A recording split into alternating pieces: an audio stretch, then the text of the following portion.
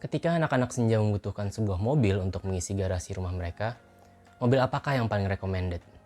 Tapi sebelum kita bahas soal list rekomendasi mobilnya, coba kita kenalan dulu yuk dengan anak senja.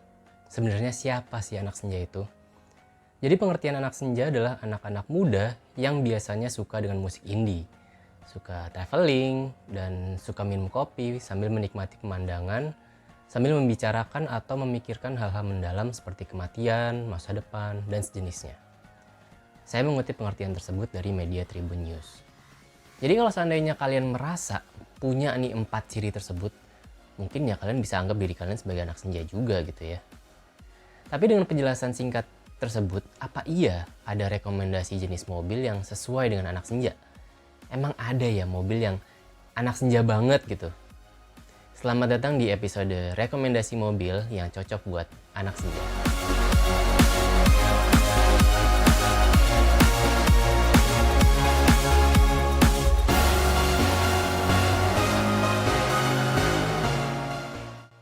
Mobil pertama yang cocok banget buat anak senja yaitu Honda HR-V 15.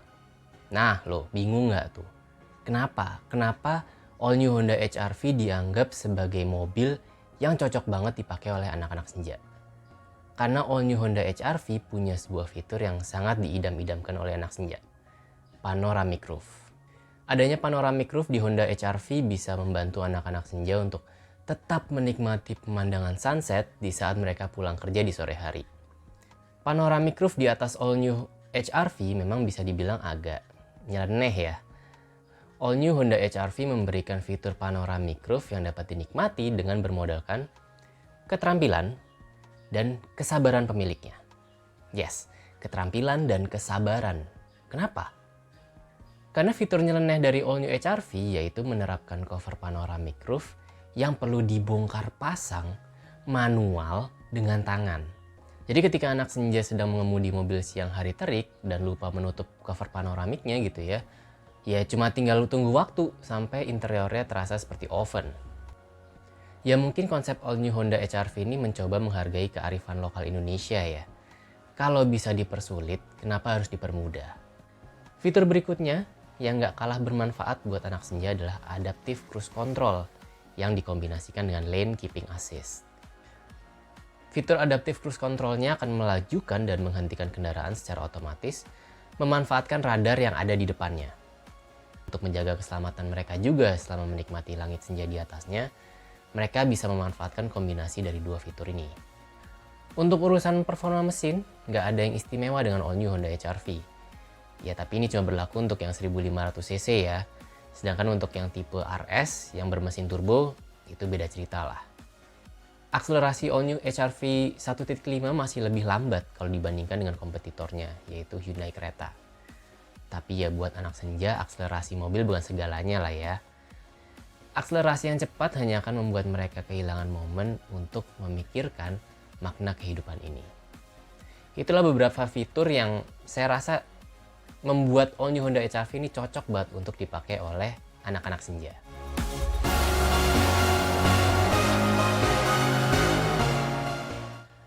Mobil kedua yang cocok buat direkomendasikan ke anak senja, ini sebetulnya viral beberapa bulan terakhir ini. Muncul dari sebuah merek pabrikan yang bisa dibilang udah hitam kali ya, yang secara tiba-tiba di tahun 2022 ini rilisan line up produknya itu on fire banget gitu. Mobil kedua ini juga bisa dibilang sempat bikin tahta Honda HR-V di Indonesia goyang karena kehadiran mereka. Rekomendasi mobil kedua yang cocok untuk anak senja adalah Hyundai Creta. Ini mobil yang bisa dibilang cukup menggebrak ya. Apa sih spesial Creta yang bisa jadi pilihan mobil untuk para anak senja? Sama kayak all new Honda HR-V, Hyundai Creta juga punya fitur panoramik.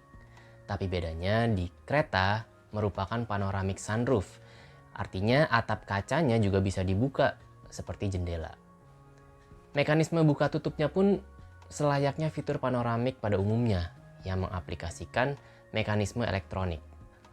Untuk mereka yang suka belusukan ke daerah-daerah yang jalannya kurang bagus gitu ya, Hyundai Creta punya satu fitur yang nggak dimiliki oleh kompetitornya. Fitur itu adalah Traction Selector. Selektor ini hampir mirip dengan fitur yang biasa tersedia di mobil SUV besar dan mewah, macam Range Rover. Traction selector ini akan membantu para anak senja ketika harus melewati jalan yang kurang bagus, yang jalannya yang berpasir, berbatu, berkerikil gitu ya. Untuk memastikan bahwa roda penggeraknya kereta tetap memiliki traksi yang cukup untuk terus menggerakkan mobil. Dari beberapa fitur yang sudah saya sebutkan tadi, itulah alasan kenapa Hyundai Creta ini bisa jadi mobil yang pas buat para anak senja, buat mereka merenungi kehidupan mereka.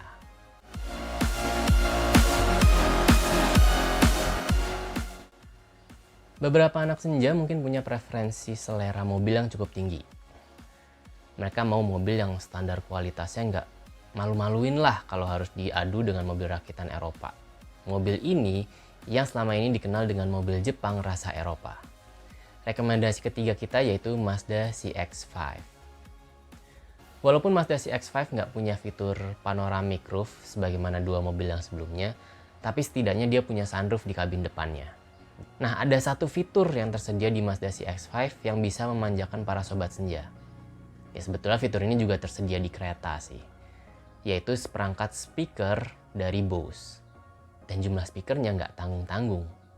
Kalau di mobil Jepang biasa cuma mengaplikasikan 4 speaker yang ya ala kadarnya lah ya, asal bisa keluar suara. Kalau di CX-5 totalnya ada 10 speaker. 10. Nah, Mazda CX-5 ini, kayak tadi saya bilang, adalah SUV Jepang yang terasa seperti mobil Eropa. Kualitas interior yang ada di dalamnya hampir sulit ditandingi oleh SUV lain sekelasnya yang juga berasal dari Jepang. Pengalaman menikmati langit senja dan alunan musik indie akustik akan makin meningkat dengan pengaplikasian material interior yang sangat berkualitas. Masuk dan duduk di interior CX-5 lebih serasa duduk di kabin mobil Eropa dibanding mobil Jepang. Penggunaan material kulitnya nggak perhitungan lah. Mulai dari dashboard bagian atas yang full soft touch, bahkan keempat door trimnya dilapis kulit semuanya.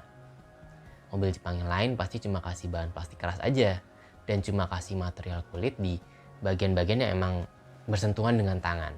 Konstruksinya juga terlihat dan terasa sangat solid, kayak bukan mobil rakitan Jepang pada umumnya.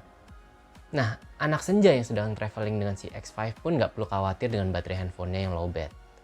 Di kabin depan CX-5 terdapat kompartemen yang dapat digunakan untuk melakukan wireless charging.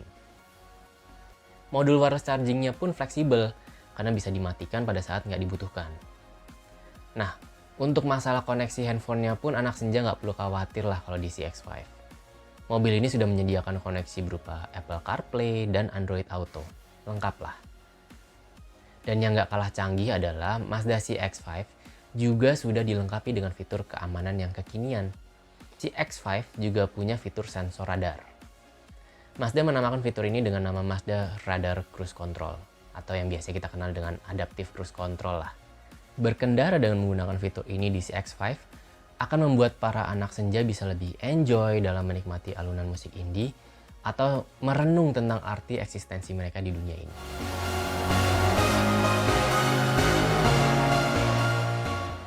Kalau mobil sebelumnya adalah mobil Jepang rasa Eropa, di mobil terakhir ini justru adalah sebuah mobil Eropa to Land.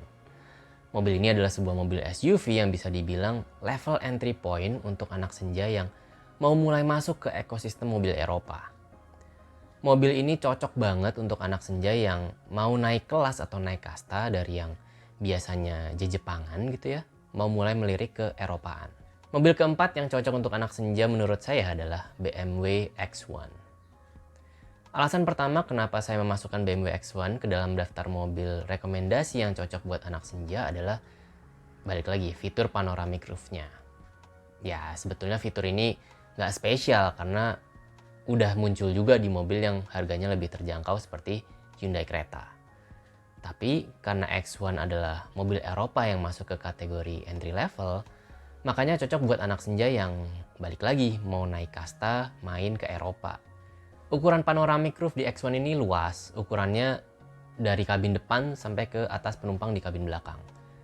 Untuk menikmatinya juga ya cukup umum lah seperti fitur panoramik lainnya, yaitu dengan tuas elektrik yang akan membuka covernya secara otomatis. Supaya mood saat menikmati langit senja makin maksimal, interior BMW X1 dilengkapi dengan ambient light di beberapa titiknya. Ambient light ini bisa diatur dan diubah jadi 6 warna pilihan yang tersedia. Konsumsi bahan bakar di X1 bisa dibilang nggak spesial, apalagi kalau mengingat mesinnya itu padahal cuma 1500 cc turbo 3 silinder. Secara umum untuk penggunaan di dalam kota aja X1 itu butuh mengkonsumsi bensin sebanyak 10 km per liter. Sedangkan untuk konsumsinya di rute tol, X1 butuh bensin hingga 15 km per liter. Not bad, tapi not great juga. Kalau emang merasa figur konsumsi BBM ini agak terhitung boros, ya setidaknya anak senja bisa punya satu renungan lagi untuk dipikirkan, yaitu betapa besarnya biaya bensin yang perlu mereka keluarkan setiap bulan. Nah, beberapa fitur yang dimiliki BMW X1 itulah yang saya pikir membuat mobil ini cocok untuk dipakai para anak senja.